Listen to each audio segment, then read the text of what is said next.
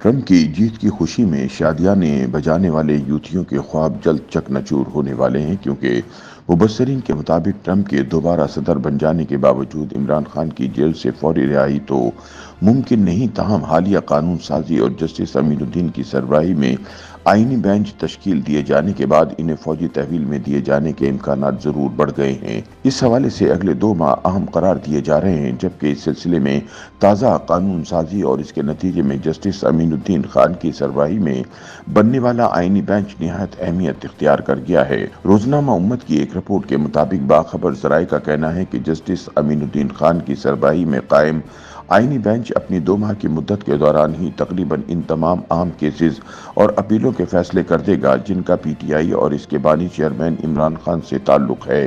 ان اہم مقدمات میں خصوصی نشستوں کے فیصلے کے خلاف نظر ثانی اپیل، سویلین کے مقدمات سے ملٹری کورٹس کو روکنے کے خلاف نظر ثانی اپیلیں اور 26ویں آئینی ترمیم کے خلاف دائر اپیلیں سر فہرست ہیں۔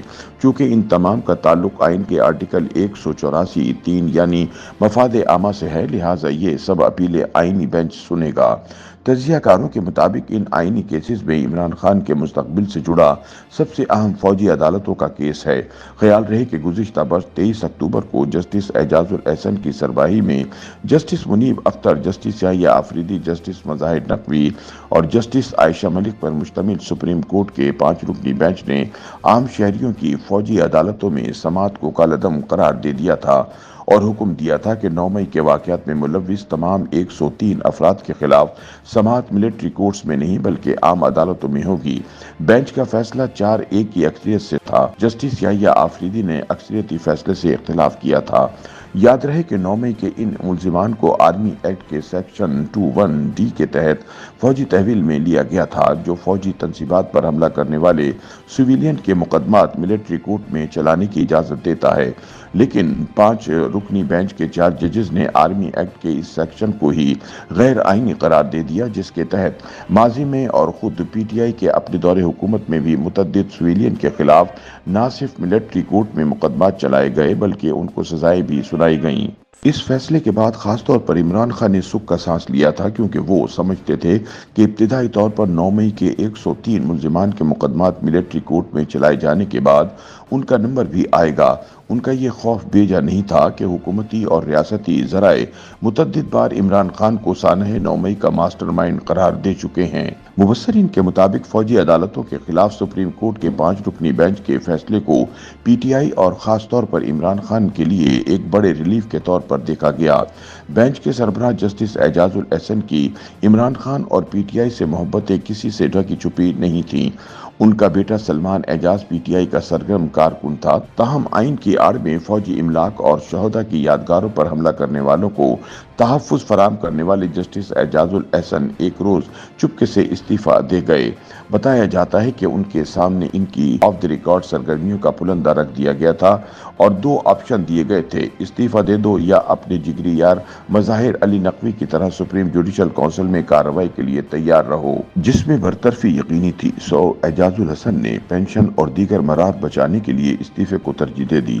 جسٹس اعجاز الاحسن اور بدترین کرپشن پر برطرف مظاہر اکبر نقوی میں بڑی گہری دوستی تھی۔ جب مظاہر نقوی کے خلاف جوڈیشل کونسل میں کارروائی چل رہی تھی تو کونسل کے رکن کے طور پر انہیں بچانے کے لیے جسٹس اعجاز الاحسن نے بڑے ہاتھ پاؤں مارے، لیکن خود ان کی اپنی لٹیا ہی ڈوب گئی۔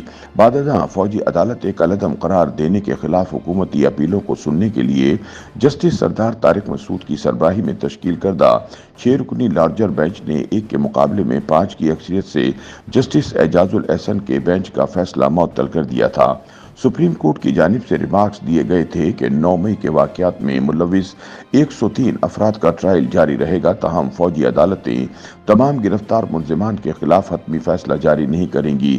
6 رکنی لارجر بینچ نے بعد ازاں رواں برس اپریل میں فوجی عدالتوں کے حتمی فیصلے کے لیے یہ معاملہ ججز کمیٹی کو واپس بھیج دیا تھا اور ریمارکس دیے تھے کہ کمیٹی فیصلہ کرے گی کہ اس کیس کو موجودہ بینچ سنے گا یا لارجر بینچ سنے گا۔ تاہم تقریباً 7 ماہ گزر جانے کے باوجود دوبارہ یہ کیس زیر سماعت نہیں آیا۔ مبصرین کے مطابق 26ویں آئینی ترمیم کے بعد سپریم کورٹ کے اندر صورتحال تبدیل ہو چکی ہے۔ اب فوجی عدالتوں سے متعلق کیس آئینی بینچ سنے گا۔ غالب امکان ہے کہ آنے والے 1-2 ہفتوں میں آئینی بینچ میں یہ کیس سماعت کے لیے مقرر ہو جائے گا۔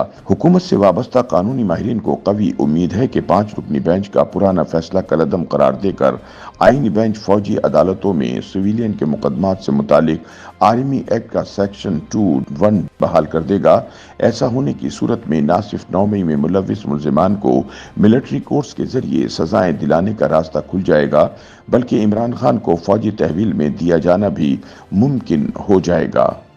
YouTube پر گوگلی نیوز دیکھنے کے لیے youtube.com کی سرچ بار میں googly news T V type کریں۔ گوگلی نیوز کے پیج پر سرخ رنگ کے سبسکرپشن والے بٹن پر کلک کرنا نہ بھولیے۔ YouTube پیج پر اپلوڈ ہونے والی ویڈیوز سے باخبر رہنے کے لیے بیل آئیکن پر کلک کیجیے۔ آپ کو ہر نئی ویڈیو کے بارے میں نوٹیفیکیشن موصول ہو جائے گا۔